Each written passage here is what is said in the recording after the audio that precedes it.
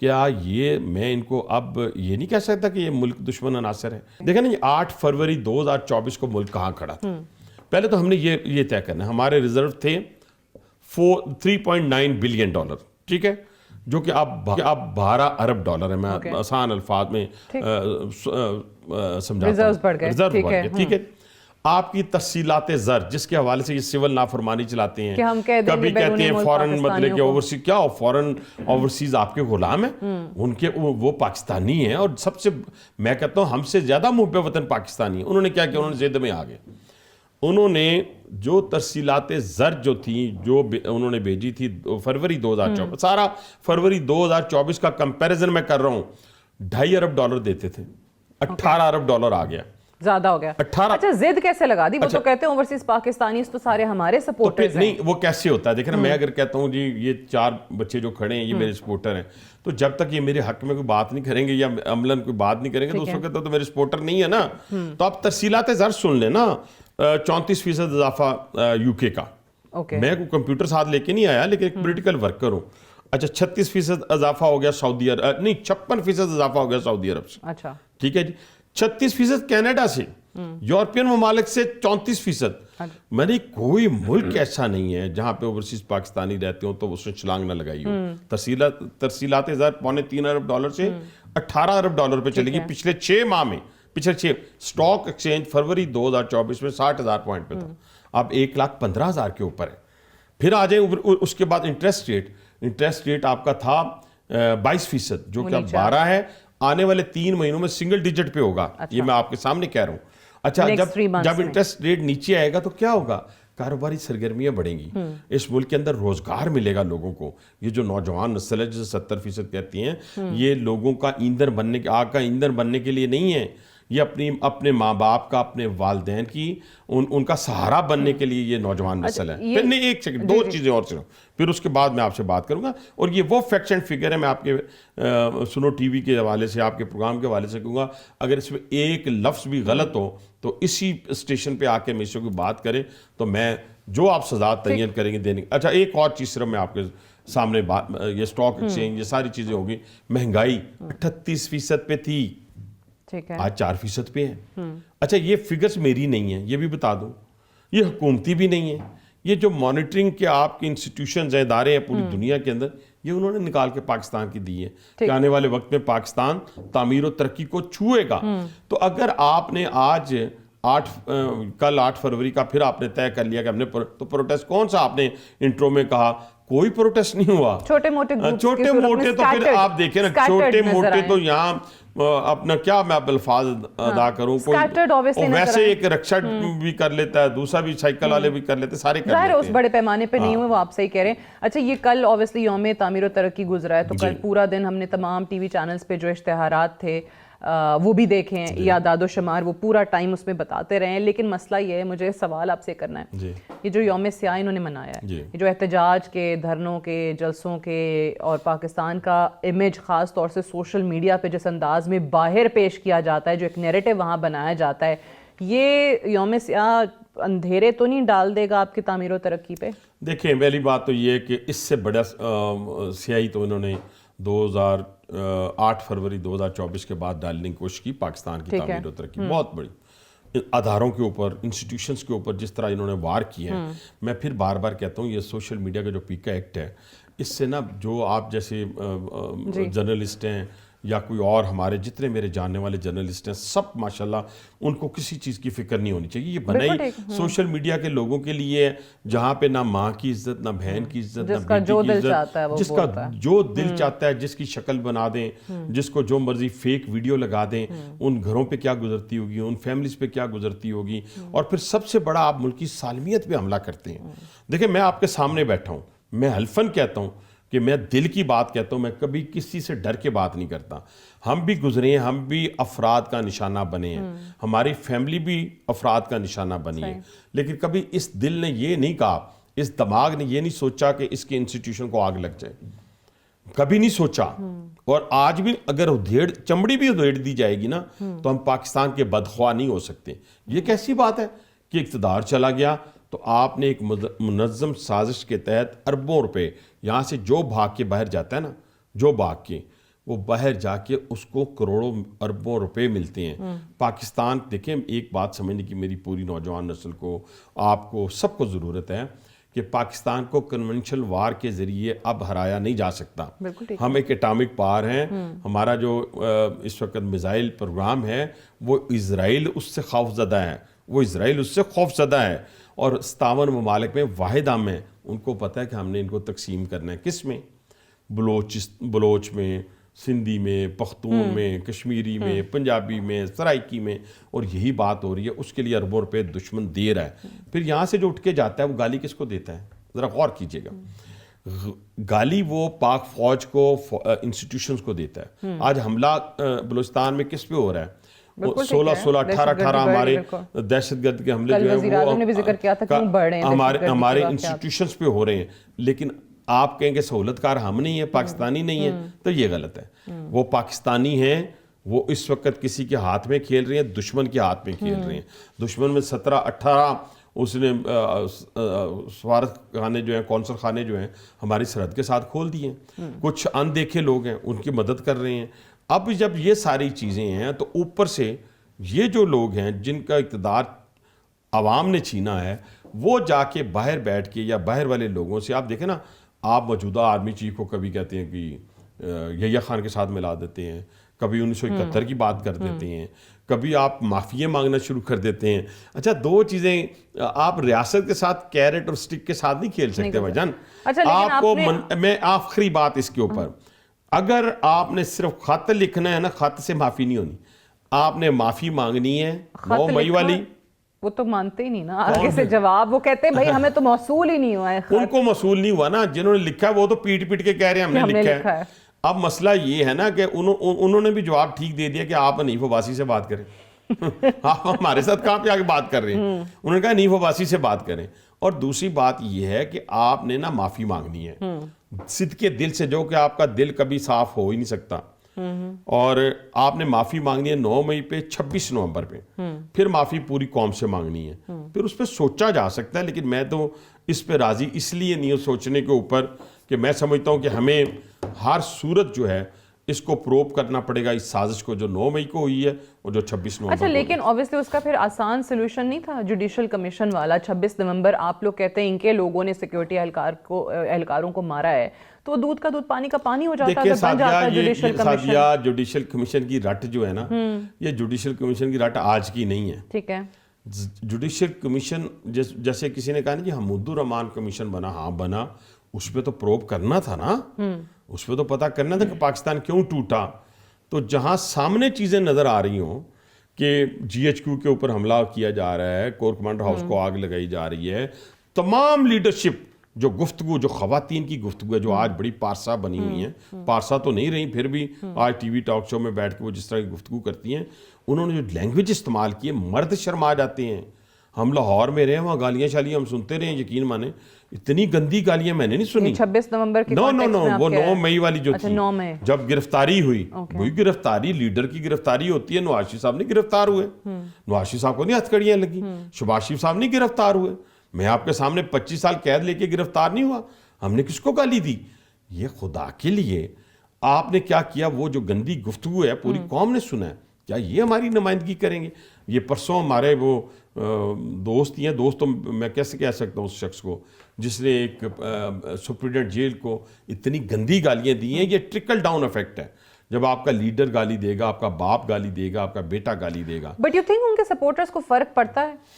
میں سوری آپ کے لفظ کہنے لگا ہوں, بے شرمی کی تو کوئی قید نہیں ہوتی. میں کہہ رہی ہوں کہ ان کے تو لیڈر کی کافی ویڈیوز اور آڈیوز آئی ہیں, تو پھر ان کو فرق پڑتا ہے. میں وہی عرض کر رہا ہوں نا, یہ تو پھر بے شرمی ہے نا, یہ تو بے شرمی ہے.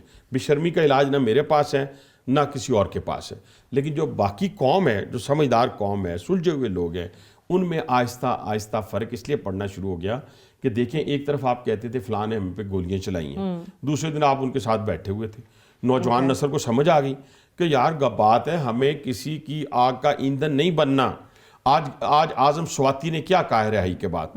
اعظم سواتی نے کہا ہمارے 1100 لوگ فلاں جگہ پہ ہیں, کسی پارٹی لیڈر نے نہیں پوچھا، نہ ان کے لیے، نہ ان کے کھانے کے لیے، نہ ان کے لواحقین کو پوچھا گیا ہے۔ اب جتنے لوگ 3-4 کو زبردستی یہ ویڈیوز بنا رہے تھے، جتنے لوگ باہر آ رہے ہیں، ان کا جی پارٹی نے ہماری، اور چوتھی بات دیکھیں، ساروں جگہوں سے جتنے نکلنے والے لوگ ہیں 90% نے کہا ہے کہ ہم اپنی جدوجہد کے نتیجے میں بیل لے کے ہم باہر آئے ہیں، یا کسی کو پارٹی کی طرف سے کوئی پارٹی کی طرف سے سپورٹ نہیں ہوا۔ جو مر گئے ہیں ان کے پیچھے کون گیا ہے؟ چلے انہی کی گولیوں سے مرے ہیں، انہی کی ساریوں سے مرے ہیں، لیکن وہ کہاں ان کی، مجھے یہ بتائیں کہ ان کے لواحقین کو کس نے جا کے ان کے منہ میں روٹی ڈالی ہے؟ اور دوسرا دیکھیں سعدیہ، اس وقت نا ہمیں لڑائی جھگڑے انتشار سے اس ملک کو ترقی نہیں دی جا سکتی۔ جس رستے پہ ملک وزیر اعظم کی، اور میں کہوں گا ساتھ میں SIFC اور اسٹیبلشمنٹ سب نام لوں گا، ان سب کی جدوجہد کے نتیجے میں ملک گامزن ہو چکا ہے۔ دنیا ہماری طرف دیکھیں نا، انویسٹمنٹ 2000 فروری 2024 سے آج 70% اضافہ ہوا ہے، 70% فورن انویسٹمنٹ میں اضافہ ہو گیا ہے۔ اب یہ ٹیک آف ہو گیا، کل پرائم منسٹر کہہ رہے تھے اڑان بھر لی ہے، اڑان بھر لی، اب اڑان بھر لی ہے، اب آہستہ آہستہ اس نے 40,000 ایک بڑا انٹرسٹنگ سوال آپ کے اس اڑان کے لفظ سے آیا ہے، لیکن ایک بریک لے لیتے ہیں، میرے خیال سے بریک سے واپس آتے ہیں، ڈسکشن کو کنٹینیو رکھیں گے۔ حنیف عباسی صاحب ہمارے ساتھ موجود ہیں، stay tuned. Welcome back, program آپ دیکھ رہے ہیں سنو ٹونائٹ وتھ سعدیہ افضال۔ حنیف عباسی صاحب بریک پہ جانے سے پہلے بات کر رہے تھے کہ جو پرائم منسٹر نے کل کہا ہے، اور جو اڑان پاکستان پروگرام شروع ہوا ہے، پرائم منسٹر کے یہ بھی الفاظ تھے عباسی صاحب کہ پہلے بھی ہم نے اڑان بھری 3 بار، لیکن روک دیا گیا، ہر دفعہ پاکستان کی پرواز واپس نیچے لائی گئی۔ سو اس بار کیا واقعی ایشورنسز ہیں، گارنٹیز ہیں کہ اپنے لوگ شامل نہیں ہوں گے، وہ لوگ جو ایک پیج پر ہیں وہی اڑان کو نہیں روکیں گے؟ دیکھیں پہلی بات تو یہ کہ اس میں تو کوئی دو رائے نہیں ہے۔ 2017 میاں نواز شریف صاحب کا دور اور تعمیر و ترقی کا دور تھا، ساری دنیا نے دیکھا، نہ مہنگائی تھی، نہ لا قانونیت، نہ دہشت گردی تھی، اور اس کے علاوہ آپ دیکھیں انویسٹمنٹ دنیا لے کے آ رہی تھی۔ 75 CEOs کو میں نے اپنی آنکھوں سے ملٹائی نیشنل کا میں نے PM ہاؤس میں دیکھا، میں نے لاہور دیکھے۔ پاکستان میں دنیا میں ایک مقام، اور CPEC اپنے عروج پہ تھا، پھر آنن فانن جو ہے اس اڑان کو روک دیا گیا۔ میں اس کی تفصیلات میں نہیں جاتا۔ اب بھی جو صورتحال ہے تقریباً اس سے ملتی جلتی اب شروع ہو جائے گی، ابھی ملی نہیں ہے میں ایسے کہوں، ٹھیک ہے، ابھی تھوڑے سے عرصے کے دوران مل جائے گی۔ مجھے امید ہے کہ تمام سٹیک ہولڈرز نے نا اپنی اپنی غلطیوں کا ادراک کر لیا ہے، اور اس پاکستان کو مقدم رکھا ہے۔ دنیا پاکستان پہ ٹوٹی ہوئی ہے، پوری قوم کو سمجھنے کی ضرورت ہے۔ خدا کے لیے یہ جو ہمارے بچے روزانہ جام شہادت نوش کر رہے ہیں، خدا کے لیے یہ اتنا آسان کام نہیں ہے، اتنا آسان کام نہیں ہے۔ لیکن ان ظالموں کو دیکھیں جو باہر بیٹھے ہوئے ہیں، جو ہمارے اندر ہیں، کہ وہ جس طرح کے ٹویٹ کرتے ہیں، جس طرح کی ویڈیوز اپلوڈ کرتے ہیں، وہ ان کے ذریعے آپ کو پتہ ہے کیا ہوتا ہے، وہ پاپولیرٹی حاصل کر کے چند ٹکے حاصل کرتے ہیں اس پاکستان کی قیمت کے اوپر۔ لیکن آپ نے کہا کہ غلطیاں جنہوں نے کی ان کو احساس بھی ہو گیا، غلطیاں ہر طرف سے ہوتی ہیں۔ مجھے امید ہے موجودہ اسٹیبلشمنٹ کی موجودگی میں جو دن رات محنت ہوئی ہے، پکڑ کے سعودی عرب کو، UAE کو، چائنا کو، ٹرکی کو، اب تو امریکہ کی دوڑ لگ گئی ہے۔ امریکہ یہ اپنا لیکن یہ تو سیاست میں ہم نے دیکھا ہے نا کہ ایک دور ایسا آتا ہے کہ ایک خاص پارٹی، چند سیاستدان آنکھ کے تارے ہوتے ہیں، پھر دوسرے ہو جاتے ہیں۔ یہاں پہ دوڑ جو لگی دیکھیں ابھی تو نا میں کوئی جمہوریت کا لمبردار بننے کی کوشش نہیں کر رہا، نہ مجھے بننا ہے۔ ابھی تو میں ایک لفظ استعمال کرتا ہوں، پتہ نہیں وہ انگریزی کا ٹھیک ہے کہ نہیں، بائی ہک اور بائی کروک، ٹھیک ہے۔ ہمیں اس حکومت کو لے کے چلنا ہے اس ملک کے لیے۔ لیکن آپ جو بتا رہے ہیں کہ تعمیر و ترقی، تو پھر تو 4 سال آپ کے لیے آگے مسئلہ ہی کوئی نہیں ہے، وہ لگتا ہے ایوری تھنگ ہنکی ڈوری نہیں ہے، with the blessing of Allah, with the blessing of Allah. Allah تعالیٰ کے جو حکمت ہے یا اس کی جو ہے وہ میں نہیں بیان کر سکتا، میں ایسا بن جاؤں گے اللہ میاں۔ مطلب یہ ہے کہ ہمیں ود دا بلیسنگ آف اللہ آنے والے 4 سالوں میں اس ملک کو وزیر اعظم شہباز شریف جیسا محنتی آدمی، یقین مانے اس کے کوئی پرسنل موٹیوز نہیں ہیں، کوئی پرسنل موٹیوز نہیں ہیں، اس کو نکالنا ہے اس ملک کو انشاءاللہ تعالیٰ اس بھنور سے۔ لیکن اس اچھا یہ کیسے نکلے گا؟ ابھی سعدیہ میں آپ کو نا تھوڑا سا ایک یہ سندھ اور پنجاب کی نا آپس میں نوک جھونک لگی رہتی ہے۔ اچھا انہوں نے کہا جی ہم نے پہلے الیکٹرک بسیز چلائی ہیں، پھر انہوں نے کہا نہیں یہ ہمارے ہاسپٹل آپ سے زیادہ اچھے ہیں۔ ایک دن بھی مجھے یہ بری بات نہیں لگی، ٹھیک ہے، ایک دن بھی، آپس میں مقابلہ ہو رہا ہے، صحت مندانہ مقابلہ ہے۔ اچھا چلے وہ تو کچھ کہہ رہے ہیں نا سندھ والے کہ جی ہم نے بھی الیکٹرک بسیں چلائی, ہم نے بھی میٹرو, آپ نے الیکٹرک بسیں, ہم نے بھی ہاسپٹل ٹھیک کیے, ہم کہتے ہیں ہم نے بھی ٹھیک کیے. اب آ جائے کے پی کے اندر, میں نہیں کہہ رہا, آپ کا اعظم سواتی سینئر ترین پارٹی کا جو جیل کاٹ کے باہر نکلا ہے, اس نے جو الزامات کے پی کے حکومت پہ لگائے ہیں, اور ان کے اور سینئر لوگوں نے جو لگا رہے ہیں, روزانہ لگا رہے ہیں ان کے سینئر لوگ, میں لگاؤں گا تو اور چیز ہے نا. اگر میں خدا نہ خواستہ اپنی حکومت پہ الزام لگاؤں, لوگ اس کو بالکل سچ سمجھیں گے کہ یار شہباز شریف صاحب کے ساتھ ہوتا ہے, دن رات ہوتا ہے, یہ ٹھیک کہہ رہا ہے, ٹھیک ہے نا, یہ غلط نہیں کہہ رہا ہوں. وہ سینئر ترین لوگوں نے, اعظم سواتی نے کیا کہا سن لیں, اس نے کہا ہے کہ جتنی کرپشن اس وقت ہے کے پی کے اندر وہ پاکستان کی تاریخ میں کبھی نہیں ہوئی, اور سب M N As M P As ان کے جو ہیں اس کرپشن میں ملوث ہیں, اور یہ علی امین گنڈا پور کی سرپرستی میں ہو رہے ہیں.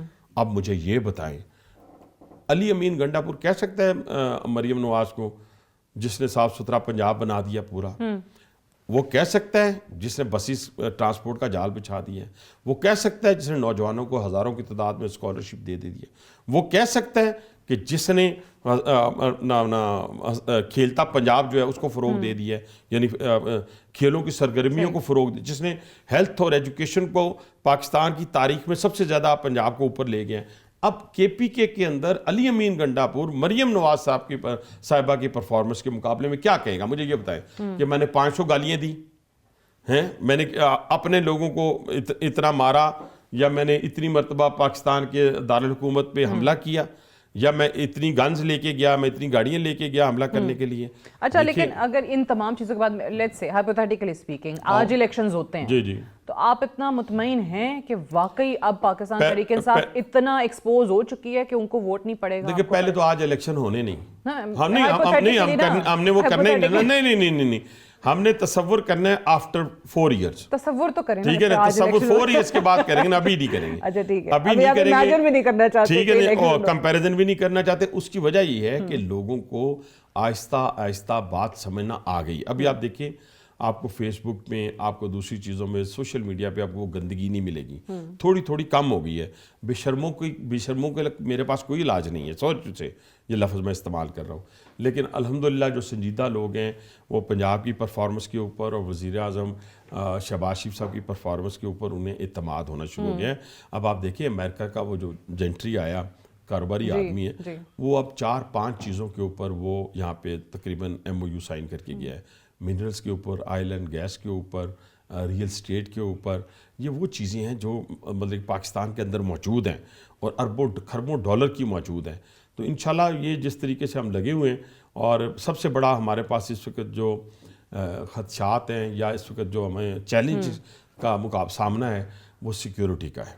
دیکھیے لا اینڈ آرڈر کے اوپر میں کہوں جی سب اچھا ہے تو یہ بڑی زیادتی والی بات ہوگی. نہیں سب اچھا نہیں ہے, بالکل آج نہیں. دیکھیں صوبہ سرحد فرنٹیئر کے اندر یعنی کے پی کے اندر اور بلوچستان کے اندر دشمن پوری طرح گھس چکا ہے, اور اس میں اعلی کار ہم پاکستانی ہیں, کوئی اور نہیں ہے. یہاں کوئی ہندوستانی نہیں بیٹھا ہوا جو سہولت کار بنتا ہے, یا بلوچستان کے اندر کوئی اسرائیلی نہیں بیٹھا ہوا جو ہاں ان کے پیسے ضرور چلتے ہیں, ان کے پیسے چلتے ہیں, اس کے نتیجے میں ہم اپنے نوجوانوں پہ حملہ کرتے ہیں, اپنی فوج پہ حملہ کرتے ہیں. اور میں تو پھر کہوں گا بڑی بے خوفی کے ساتھ میں یہ لفظ کہوں گا, ساری قوم کو کہوں گا, یہ باٹ اسکواڈ لوگوں کو بھی کہوں گا جن کو میں رات کو بڑے یہ F7 F6 کے ریسٹورانٹس میں دیکھتا ہوں, کہ یہ یاد رکھیے گا کہ یہ وہی بچے ہیں جن کی وجہ سے آپ اس وقت رات کی تاریکی میں بڑی آزادی کے ساتھ اور اپنی عزتوں کو بچا کر اس پاکستان میں چل رہے ہیں. خدا نہ خواستہ اگر یہ لائن جو آپ کی ہے, یہ ڈیفنس لائن اگر یہ کمزور پڑ گئی تو پڑھنی بھی نہیں چاہیے, بالکل صحیح ہے. اس پہ کوئی کمپرومائز نہ کریں. ہمیں گالیاں دے لیں, ہماری لیڈرشپ کو گالیاں دے لیں, ہماری پارٹی کو گالیاں دے لیں, لیکن ہمارے انسٹیٹیوشن کو چھوڑ دیں. ٹھیک ہے, بالکل صحیح ہے. ابھی آپ نے US کا ذکر کیا تھا, وہ جو ڈیلیگیشن آیا ہوا تھا اس صورت میں, لیکن ابھی لگتا ہے کہ آپ کو وہاں کا جو پریشر ماضی میں رہا ہے, تمام ہی حکومتیں رہی ہیں ہمیشہ اوبیسلی, جس کے پاس اکانومی جس کی ویک ہو وہ سب بھی تمام ممالک اس چیز سے گزرے ہیں, وہ چیز اب ختم ہو گئی ہے کیونکہ پاکستان تحریک انصاف پہلی بات یہ کہ جب سے ہم نے اٹامک کام کی بنیاد رکھی ذوالفقار علی بھٹو شہید کی دور میں, اس سے لے کے آج تک پاکستان کو میں اپنی قوم کو بتانا چاہتا ہوں کہ 160 سینکشنز لگی. یہ فیکٹس ہیں, یہ میں اپنی طرح سے نہیں, 160 سینکشنز لگی لیکن کسی نے کوئی کمپرومائز نہیں کیا. ٹھیک ہے جی. اور پاکستان ایک خود مختار ملک ہے. ہم اپنی خود مختاری پہ کوئی کمپرومائز نہیں کریں گے. اور کیا ہماری قوم کے پاس اتنے پیسے بھی نہیں ہیں کہ اپنی روٹی کھا سکیں گے 4 دنوں کے لیے 6 مہینوں کے لیے؟ ہیں، سب کے پاس ہیں اور سب کھائیں گے انشاءاللہ تعالی. ہمیں امید ہے کہ ہم کوئی پاگلوں والی جماعت نہیں ہے. ہماری لیڈرشپ. آپ نے سوشل میڈیا پہ ریسنٹلی ایک ویڈیو دیکھی، obviously fake, deep fake, artificial intelligence, جس میں ٹرمپ کو دکھایا ہے کہ جی Imran Khan is my friend and I urge Pakistani government to release him. وہ تو ان کا نا وہ خواب جو ہے وہ چکنا چور ہو گیا. وہ خواب چکنا چور ہو گیا. لیکن اسی لیے آرٹیفیشل انٹیلیجنس یوز کرنا لیکن آرٹیفیشل چیزیں اس وقت استعمال کی جاتی ہیں، جھوٹ کو اس وقت استعمال کیا جاتا ہے جب سچائی کی بنیاد پہ آپ کسی کو قائل نہ کر سکیں. ٹھیک ہے جی. اب یہ جھوٹ، فیک ویڈیوز، اب تو یقین مانے کو ٹھیک ویڈیو بھی یہ اپلوڈ کریں گے نا، اس کو بھی لوگ فیک سمجھتے ہیں. تو اس وقت اس لیے، لیکن پھر بھی میں کہوں گا ہم ذمہ دار لوگ ہیں. ہم یہ نہیں کہیں گے امریکہ ہم آ رہے ہیں جی، ہم واشنگٹن ڈی سی ہم آ رہے ہیں. ایسی باتیں ہماری حکومت، ہماری لیڈرشپ کی طرف سے آپ کبھی توقع نہ کریں. ہم ذمہ دار لوگ ہیں، ذمہ دار حکومت ہے. ہم سب کے ساتھ برابری کی سطح پہ اپنے تعلقات کو استوار کر رہے ہیں. اور الحمدللہ پاکستان ایک ایسے خطے پہ موجود ہے جہاں پہ پاکستان کو اگنور کرنا، درگزر کرنا ناممکن ہے. تو اگر کل کو ایسا پریشر آتا ہے لیٹس سے، تو آپ کا سلوگن وہی ہوگا جو ان کا تھا، ایبسولوٹلی ناٹ امریکہ کو؟ نہیں، میں نے پہلے کہہ دیا نا کہ ہم اس طرح کے بھڑکے نہیں ماریں. نہیں، اگر ان کے لیے، خان صاحب کے لیے پریشر آتا ہے جو یہ کہہ رہے ہیں. ایبسولوٹلی ناٹ نہیں. عدالتی فیصلے ہوتے ہیں تمام ملکوں کے. ٹھیک ہے، عافیہ صدیقی کو چھوڑا آج تک انہوں نے کتنا زور آپ نے لگایا. ٹھیک ہے نا.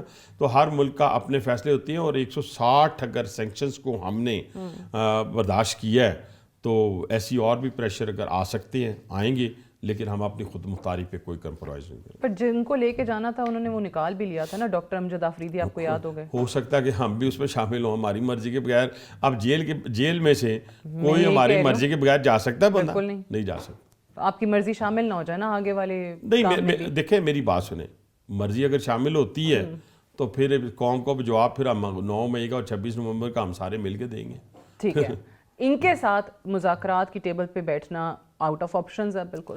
دیکھیں سعدیہ، میں تو ان لوگوں میں سے تھا جو ان مذاکرات کے حق میں نہیں تھا. لیکن جب وزیر اعظم نے کمیٹی بنائی تو میں نے یہ تو نہیں کہا کہ میں وزیر اعظم کمیٹی کو نہیں مانتا. وزیر اعظم کمیٹی کو ہم نے مانا. لیکن جہاں کامیابی وہاں ہوتی ہے جہاں فلی اختیار ہو. وہ جو آپ کی ایک ڈیلیگیشن ہوتا ہے نا، جب ہم جرگہ کرتے ہیں نا، تو جرگہ کرنے سے پہلے ہم بیٹھتے ہیں محلے میں. تو میں کہتا ہوں، میرے دفتر میں گیا تو میں نے کہا یار یہ اختیار آپ کے پاس ہے کہ جو فیصلہ میں کروں گا آپ کو؟ وہ کہتے ہیں یہ ہمارے پاس ہے. میں نے کہا بھیجن یہ لکھ دیں. اچھا، یہ نہیں ہوتا کہ میں امی سے پوچھ کے آتا ہوں، ابو سے پوچھ کے آتا ہوں. یہ آئے ہیں 4 دفعہ 5 دفعہ، یہ کہتے ہیں ابو سے پوچھ کے آتے ہیں. پھر امی بھی ہیں ان کی، پتہ ہے نا آپ کو، جو 78 سال کی عمر کا ہے نا، جو اس کی بھی امی ہے، یعنی امی چھوٹی ہے، 78 سال والا بڑا ہے. یہ پہلی قوم دیکھی ہے میں نے. یہ ویسے میں نے پہلی قوم دیکھی ہے، مخلوق دیکھی ہے، جہاں پہ امی جو ہے وہ چھوٹی ہے اور عزت میں کہتے ہیں نا، عزت میں نہیں کہتے. سنیں میری بات، وہ عزت اور رسپیکٹ اور چیز والدہ محترمہ بندہ کہہ سکتا ہے، لیکن وہاں پہ کوئی رشتہ بھی تو ہوتی ہے نا. کہنے سے مراد یہ ہے کہ یہ جو جا کے نا جتنی مرتبہ ٹیبل پہ آئے ہیں اتنی مرتبہ ان کو جھڑکیں پڑی ہیں جا کے. اچھا، بس. تو ان کے پاس تو یہ چیزیں جو ہم سے مانگ رہے ہیں، یہ جو چیزیں ہم سے مانگ رہے ہیں، وہ بھائی جان پہلے اپنا حساب تو دیں نا. آپ کا حساب تو یہ ہے کہ آپ ملک کی سالمیت پہ حملہ آور ہیں. آپ ملک کے جغرافیے کو تبدیل کرنا چاہتے ہیں. آپ ملک کی اکانومی کو تباہ و برباد کرنا چاہتے ہیں. میں نے جا کے IMF کے باہر مظاہرے نہیں کیے، ورلڈ بینک کے باہر مظاہرے نہیں کیے. آرمی چیف کو نہیں، صرف آرمی چیف کو نہیں، یاد رکھیں آرمی چیف ایک انسٹیٹیوشن کا نام ہے، یہ یاد رکھیے گا، ایک شخص کا نام نہیں ہے. اور جب خدا نہ خواستہ ایسے اشخاص کبھی بھی اس طرح کا طاقت ہوگی تو وہ کسی ایک شخص کے خلاف نہیں ہوں گے. میں اس لیے پوچھ وہ رہی ہوں، پورے انسٹیٹیوشن کو تباہی کا سبب بنیں گے. مذاکرات کا میں نے اس لیے پوچھا، لاسٹ چند ہی لمحے رہ گئے، کہ آپ کے کچھ ایسے لوگ بھی ہیں جو ابھی بھی مفاہمت کی بات کرتے ہیں. رانا ثناء اللہ کے بیانات مثال کے طور پہ، وہ کہتے ہیں کہ جی اگر آج عمران خان، زرداری، نواز شریف کو بٹھا دیں 70 سال کا، اچھا کچھ نہ میری بات سنیں، کچھ میں تو خیر اتنا جو ان لوگوں کا نام لیا بہت سینئر لوگ ہیں ماشاءاللہ، لیکن 35 سال تو مجھے بھی ہو گئے پالیٹکس کے اندر. کچھ نہ ہم زیادہ انٹلیکچوئلز بننے کی کوشش کرتے ہیں. یعنی انٹلیکچوئلز کہ اگر ہم یہ بات کہیں گے نا تو ہم ایک اچھے جمہوری بچے کہلائیں گے، جمہوری سیاسی بچے کہلائیں گے. نہیں، جمہوری سیاسی بچے آپ ضرور کہلائیں. آپ نے ماریں کھائیں، ہم نے ماریں کھائیں، سب نے جیلیں دیکھی، سب کچھ دیکھا. لیکن بھائی جان جو شخص جو ایکسپوز ہو چکا ہو ملک اور قوم کی بربادی کے لیے، اور جو بیرونی اعلی کار بن چکا ہو اور بیرونی آقاؤں کے کہنے کے اوپر وہ تمام احکامات بجا لا رہا ہو اس کے ساتھ مفاہمت کی بات نہ کریں. ٹھیک ہے، بہت بہت شکریہ حنیف عباسی صاحب پروگرام کرنے کے لیے. we'll take a short break here. Stay tuned. آج امریکہ کی مشکلات میں اضافہ ہو رہا ہے اور واشنگٹن کی راہ میں سب سے بڑی پریشانی چین کی معاشی اور سائنسی میدان میں ترقی ہے.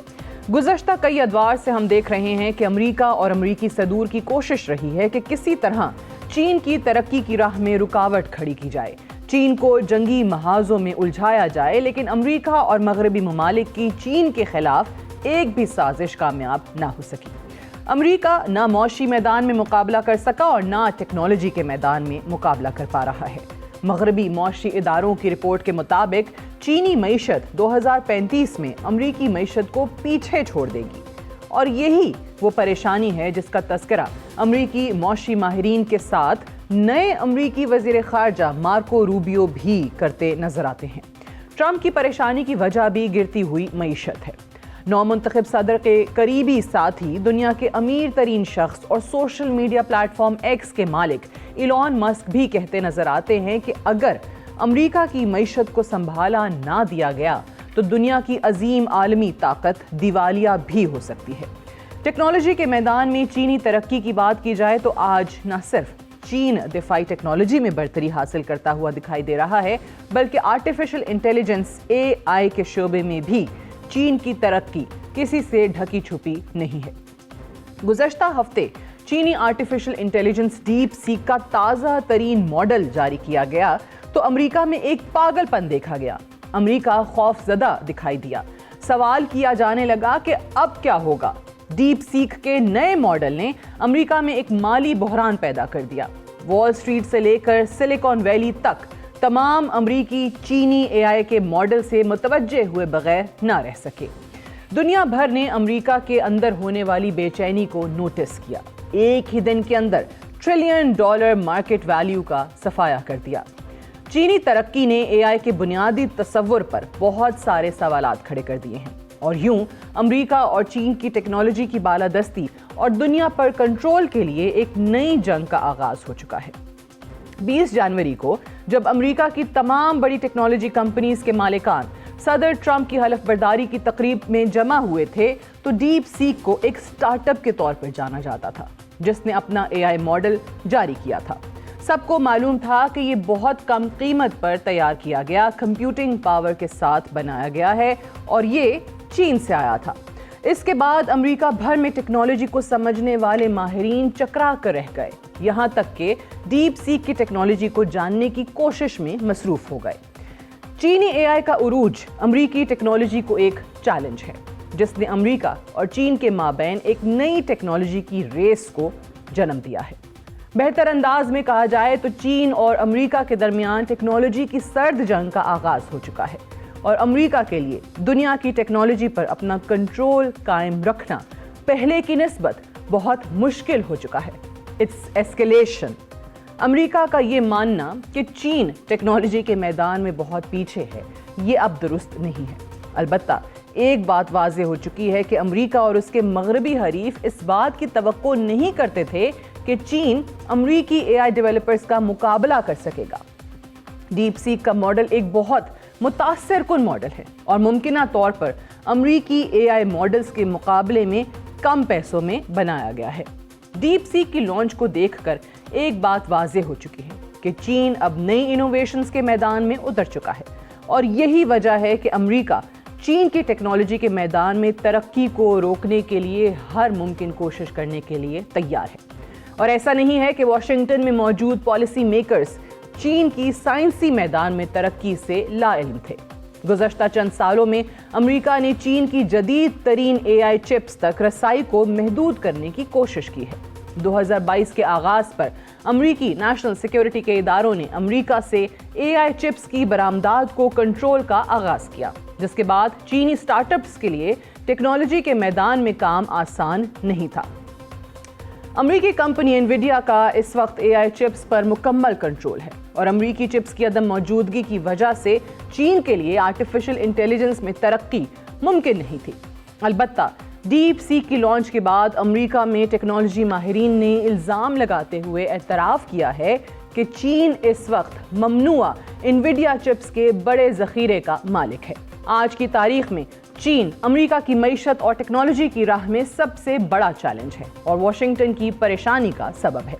نومنتخب صدر ڈونلڈ ٹرمپ نے ڈیپ سیک کی لانچ کے بعد مجموعی صورتحال پر تبصرہ کرتے ہوئے کہا ہے DeepSeek's A I should be a wake up call to the US industry, اور یہ اچھی بات ہے کہ چین میں کمپنیز اے آئی پر سستا اور تیز طریقہ لے کر آئی ہیں، لیکن ہمیں جیتنے کے لیے مقابلہ کرنے پر توجہ دینی ہوگی۔ اور اب ڈیپ سیک پر نیشنل سیکیورٹی کے نام پر پابندی کا آغاز بھی ہو چکا ہے۔ That's all for tonight. Good night and Allah Hafiz.